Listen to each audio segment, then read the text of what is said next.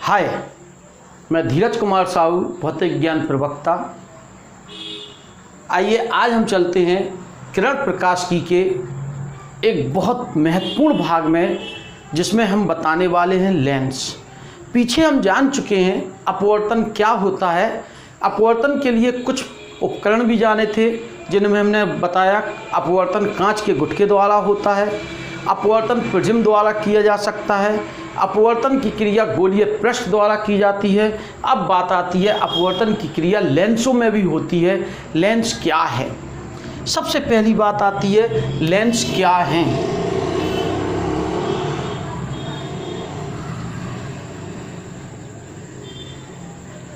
Lens समान पारदर्शी पदार्थ की बनी, समान पारदर्शी, समान मतलब सभी जगह घनत्व उस पदार्थ का एक जैसा होना चाहिए।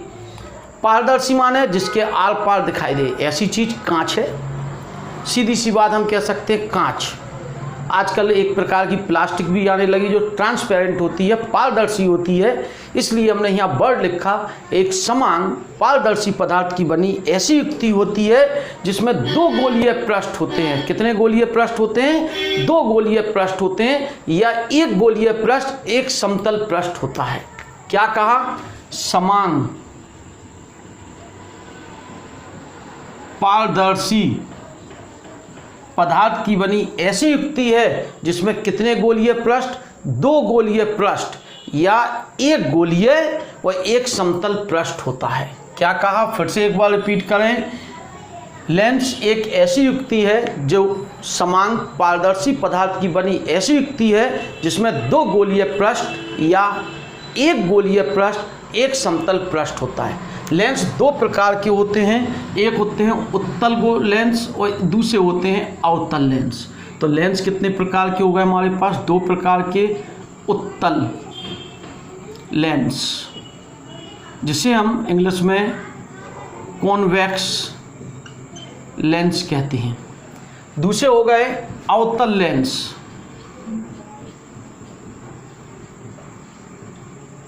जिसे हम इंग्लिश में कॉनकेव लेंस कहते हैं।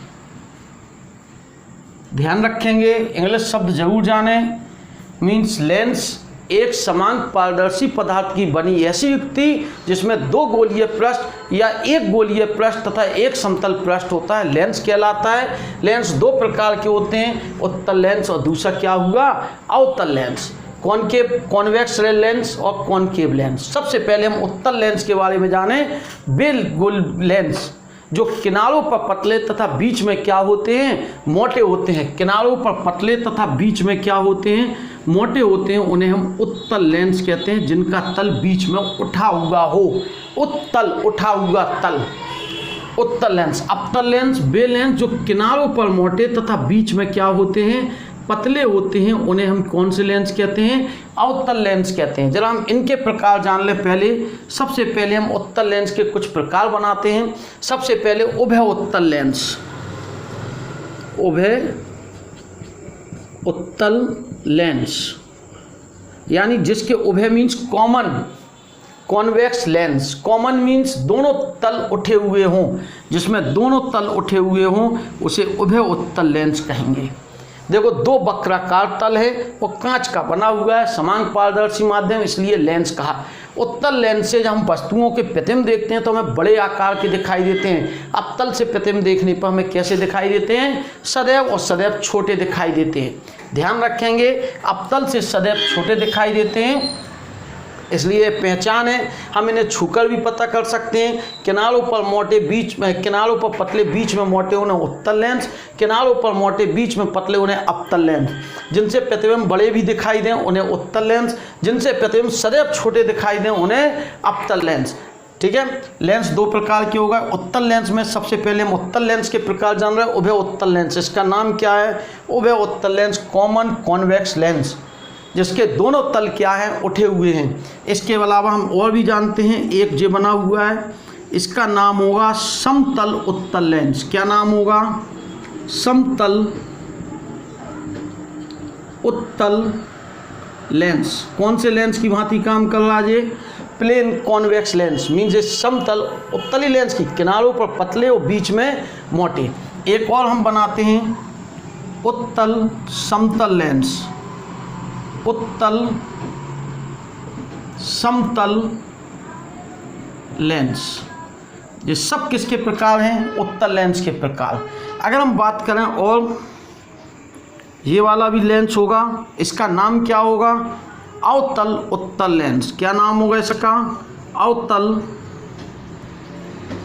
उत्तल लेंस। अगर हम और आगे को बढ़ते हैं, इस तरह का बना देते तो किनारों पर पतला है, बीच में मोटा है, इसका नाम होता उत्तल। उठा हुआ पहला तल, दूसरा दबा हुआ है तो अवतल लेंस।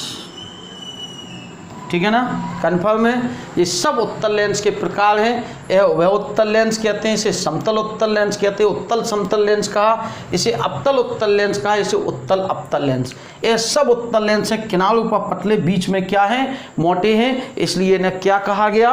उत्तल लेंस कहा गया। अब किसके बारे में जानेंगे हम? अवतल लेंस के बारे में। समझते हैं अवतल लेंस, जो किनारों पर मोटे, बीच में पतले होते हैं, उन्हें अवतल लेंस कहते हैं। अवतल लेंस में प्रकार सबसे पहले उभय अवतल लेंस, दोनों तल दबे हुए हैं। क्या नाम होगा इसका? उभयाकार या उभय अवतल लेंस। ठीक है। दूसरा क्या बना रहे हैं हम? समतल अवतल लेंस, किनारों पर मोटा है, बीच में पतला, समतल अवतल लेंस। ठीक है। और बड़े हम एक और बना सकते हैं इसी प्रकार से। क्या नाम होगा इसका?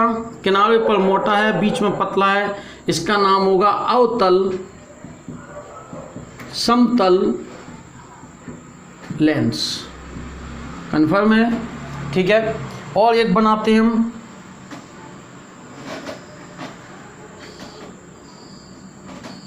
किनारों पर मोटा, बीच में क्या है? ये पतला है। बीच में क्या कर दे रहा है हम इसे?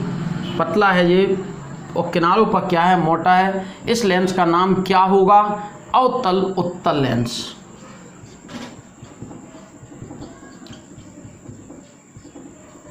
एक चीज गौर करने वाली, यहाँ भी अवतल उत्तल लेंस, लेकिन ये किनारों पर पतला, बीच में मोटा, किनारों पर मोटा, बीच में, ये अवतल की भांति काम कर रहा है, उत्तल की भांति काम। ऐसे ही यहाँ भी बना सकते थे हम, चश्मे वगैरह में यूज होंगे ये सब। इसका नाम होगा उत्तल अवतल लेंस। ये हो गए तुम्हारे उत्तल लेंस के प्रकार, ये हो गए अवतल लेंस के प्रकार। एक विशेष बात जाने, उत्तल लेंस को अभिसारी लेंस भी कहा जाता है।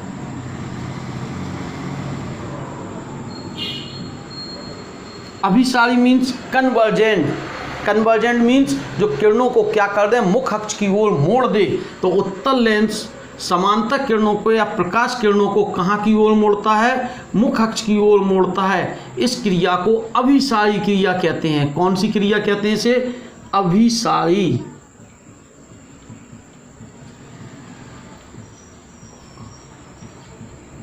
कन्वर्जेंट। और इसलिए इस लेंस को हम कौन सा लेंस भी कहेंगे? अभिसारी। जबकि अवतल लेंस प्रकाश किरणों को कहाँ को हटाता है? मुख अक्ष से दूर की ओर हटाता है। इस क्रिया को कहते हैं डाइवर्जेंट, अपसारी।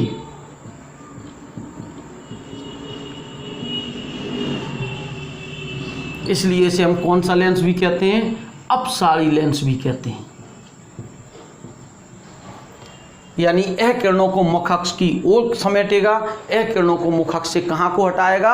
दूर की ओर हटाएगा। तो इस क्रिया को अभिसारी क्रिया यानी अपसारी लेंस, और इस क्रिया को अपसारी क्रिया मीन्स अपसारी। चलते हैं अब इसके आगे की ओर, जिसमें हम जान रहे हैं मुख लेंस से संबंधित कुछ परिभाषाएं।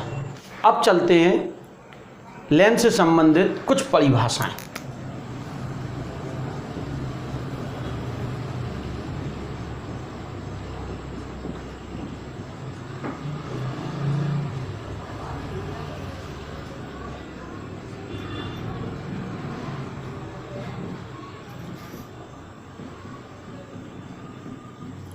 सबसे पहले इसमें हम जाने मुख अक्ष।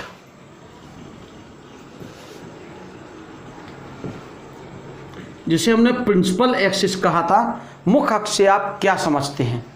किसी भी लेंस जो है दो गोलीय पृष्ठों से मिलकर बना है।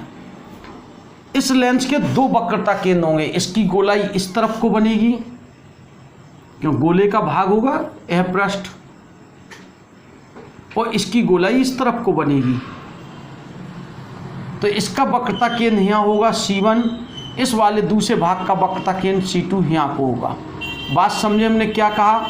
चूंकि उत्तल लेंस दो गोलीय पृष्ठों से मिलकर बना है। ये कितने गोलीय पृष्ठों से मिलकर बना है? दो। और इन गोलीय पृष्ठों के केंद्र को हम क्या कहते हैं? वक्रता केंद्र। और लेंस के दोनों वक्रता केंद्रों को मिलाने वाली रेखा क्या कहलाती है? मुख अक्ष कहलाती है। कोई सा भी लेंस हो, चाहे उत्तल हो चाहे अवतल, कितने गोलीय पृष्ठ हैं? दो। इसका वक्रता केंद्र कहाँ जाएगा? इस तरफ C1, दूसरे का वक्रता केंद्र इसमें C2। इन दोनों को मिलाने वाली रेखा लेंस की कौन सी अक्ष कहलाएगी? मुख अक्ष कहलाती है। क्या कहा? फिर से रिपीट कर दें। लेंस के वक्रता केंद्रों को मिलाने वाली रेखा लेंस की क्या कहलाती है? मुख अक्ष कहलाती है। जब हमने मुख अक्ष जान ली तो बहुत जरूरी चीज जानने जा रहे हैं, हेडिंग वो है प्रकाशिक केंद्र। प्रकाशिक केंद्र, ऑप्टिकल सेंटर, बहुत इंपॉर्टेंट हेडिंग है। मीन्स इस पर संबंधित बहुत कंपटीशनों में भी पूछा जाता है। ऑप्टिकल सेंटर के बारे में कुछ ना कुछ क्वेश्चन इससे जुड़ा हुआ जरूर होता है। बड़े ध्यान से सुनेंगे, क्या परिभाषा है और कहाँ होगा लेंस में, किस स्थान को, इसको जरूर जानेंगे। किसी लेंस पर, कोई एक लेंस है, कोई प्रकाश की किरण क्या हो? आपतित हो, इस प्रकार आपतित हो। इस पर हम पहले पर लंब डलेगा, वो इस तरफ से डलेगा, वक्रता केंद्र इस तरफ होगा इसका। तो ये क्या होगी? प्रकाश की किरण अभिलंब। जब ये प्रकाश की किरण यहाँ पर गिरेगी तो प्रकाश की किरण पर जब हम अभिलंब डालेंगे तो प्रकाश की किरण अभिलंब की ओर क्या हो जाएगी? झुक जाएगी, यहाँ आएगी। फिर इसके पश्चात यहाँ पे अभिलंब दूसरे पृष्ठ के लिए, दूसरे पृष्ठ का केंद्र इस तरफ है तो इसका अभिलंब इस तरफ से डलेगा, इस तरह से। जब इस तरह से डलेगा तो यह अभिलंब से कहाँ चली जाएगी? दूर की ओर चली जाएगी। यदि हम कहें आपतित प्रकाश की किरण और निर्गत प्रकाश की किरण एक दूसरे के क्या हो? समांतर। किसी लेंस पर आपतित प्रकाश की किरण, यह आपतित प्रकाश की किरण,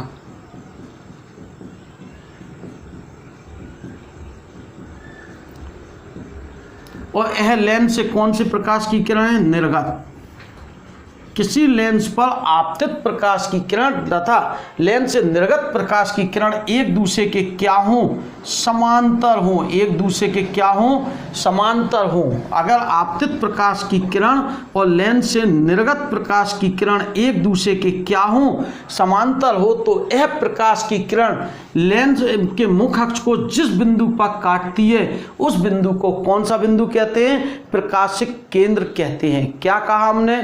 सिंपल सी बात कही कि किसी भी लेंस, कोई भी लेंस है, किसी भी लेंस पर आपतित प्रकाश की किरण और निर्गत प्रकाश की किरण एक दूसरे के समांतर हो तो यह प्रकाश की किरण मुख अक्ष को जिस बिंदु पर काटती है उस बिंदु को हम क्या कहते हैं? प्रकाशिक केंद्र कहते हैं। उस बिंदु को क्या कहा हमने?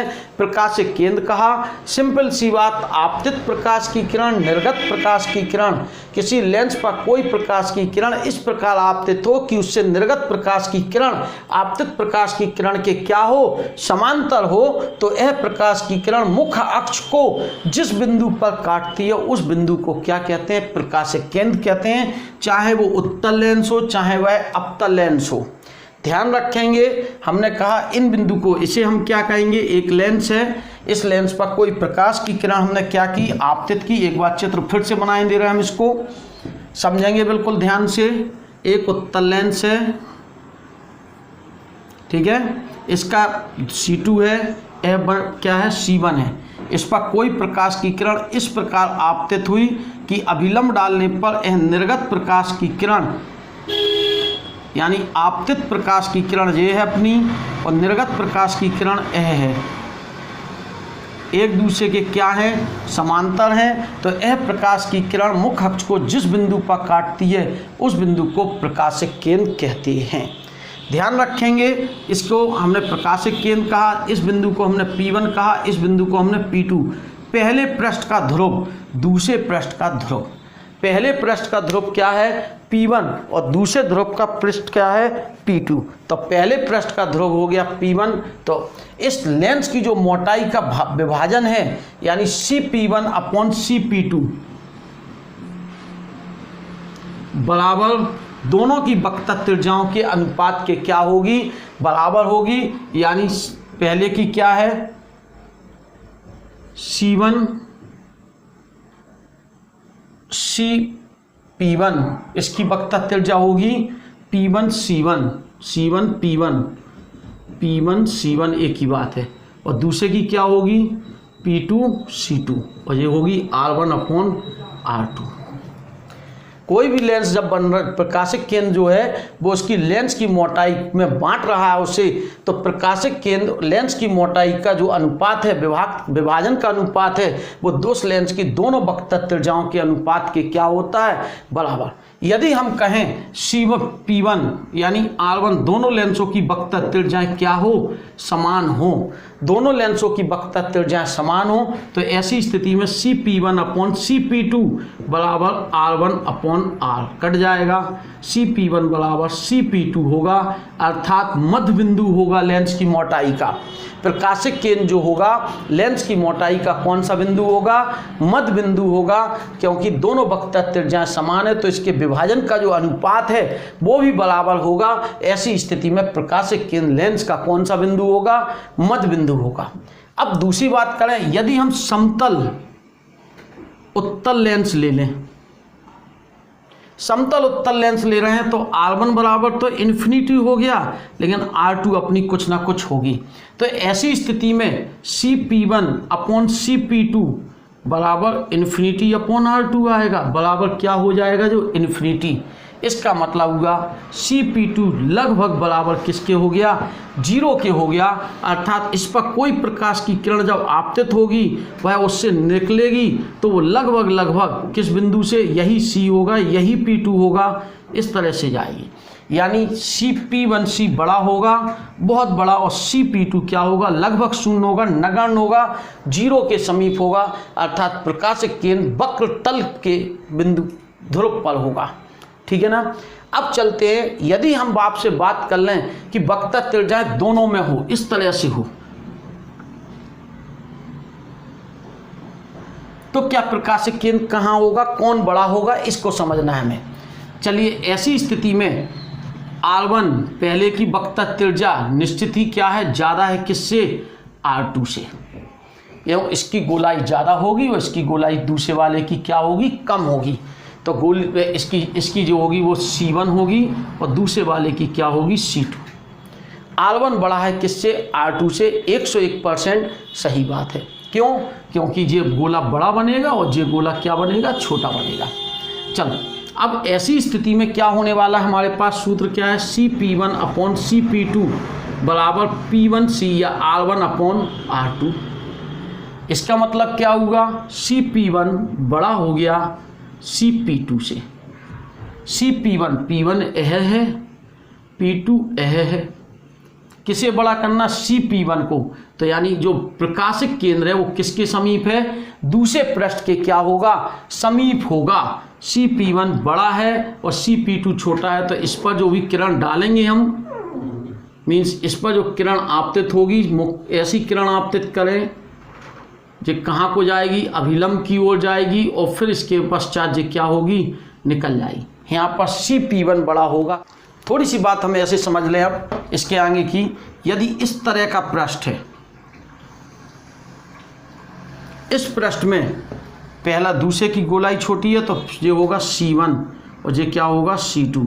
इस स्थिति में क्या R1 छोटा है और R2 बड़ा है, क्या होता, CP1 अपॉन CP2 बराबर R1 अपॉन R2। क्या होगा इसका मतलब, CP1 R1 छोटा यानी बड़ा होगा CP2, यानी इसका प्रकाशिक केंद्र कहाँ की होगा, इस पृष्ठ के समीप होगा। यह है P1, यह है P2, तो C इसके नज़दीक होगा। इस पर जो भी प्रकाश की किरण गिरेगी इस तरह से जाएगी और फिर वापस निकल जाएगी। कहने का तात्पर्य है कि प्रकाशिक केंद्र हमेशा कम वक्रता त्रिज्या वाले के समीप होता है। प्रकाशिक केंद्र कम वक्रता त्रिज्या वाले तल के क्या होता है, समीप होता है, या उसके बाहर भी हो सकता है। यह जरूरी नहीं प्रकाशिक केंद्र सतह के अंदर। ठीक है, अब चलते हैं लेंस से संबंधित कुछ परिभाषाओं में। लेंस की फोकस दूरी से आप क्या समझते हैं?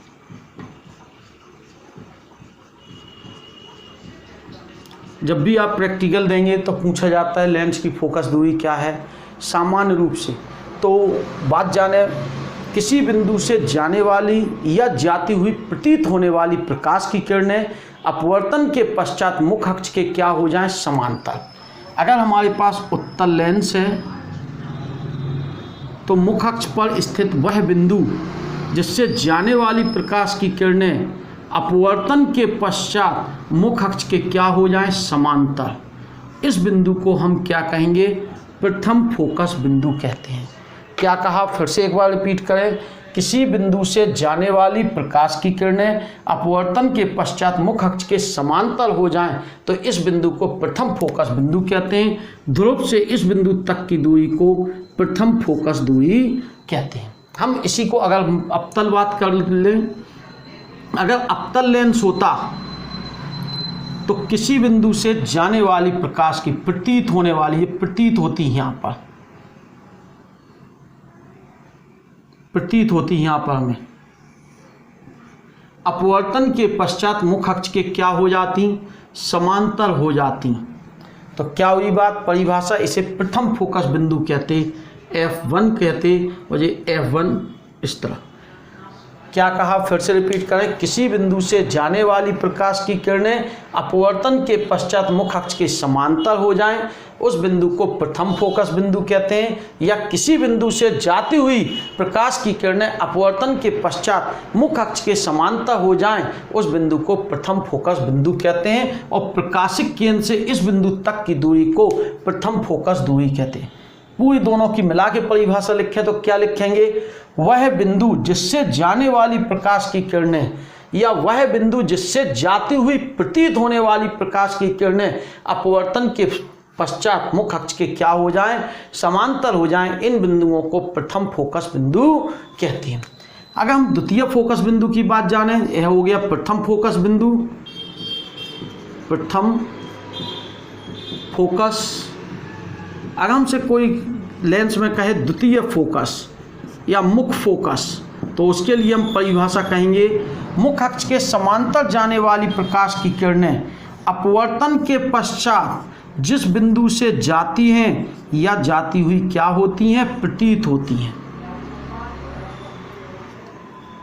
उस बिंदु को द्वितीय फोकस बिंदु कहते हैं। और प्रकाशिक केंद्र से इस बिंदु तक की दूरी को द्वितीय फोकस दूरी कहते हैं। क्या कहा, किसी मुख्य अक्ष के समांतर, मुख्य अक्ष के समांतर जाने वाली प्रकाश की किरणें, मुख्य अक्ष के समांतर जाने वाली प्रकाश की किरणें अपवर्तन के पश्चात, किसके पश्चात, अपवर्तन के पश्चात जिस बिंदु से जाती हैं या जाती हुई क्या होती हैं, प्रतीत होती हैं, उन बिंदुओं को द्वितीय फोकस बिंदु कहते हैं। और प्रकाशिक केंद्र से इन बिंदुओं तक की दूरी को द्वितीय फोकस दूरी कहते हैं। उत्तल लेंस के लिए फोकस दूरी धनात्मक होती है और अवतल लेंस के लिए फोकस दूरी क्या होती है, ऋणात्मक होती है। द्वितीय फोकस ही मुख्य फोकस कहलाती है।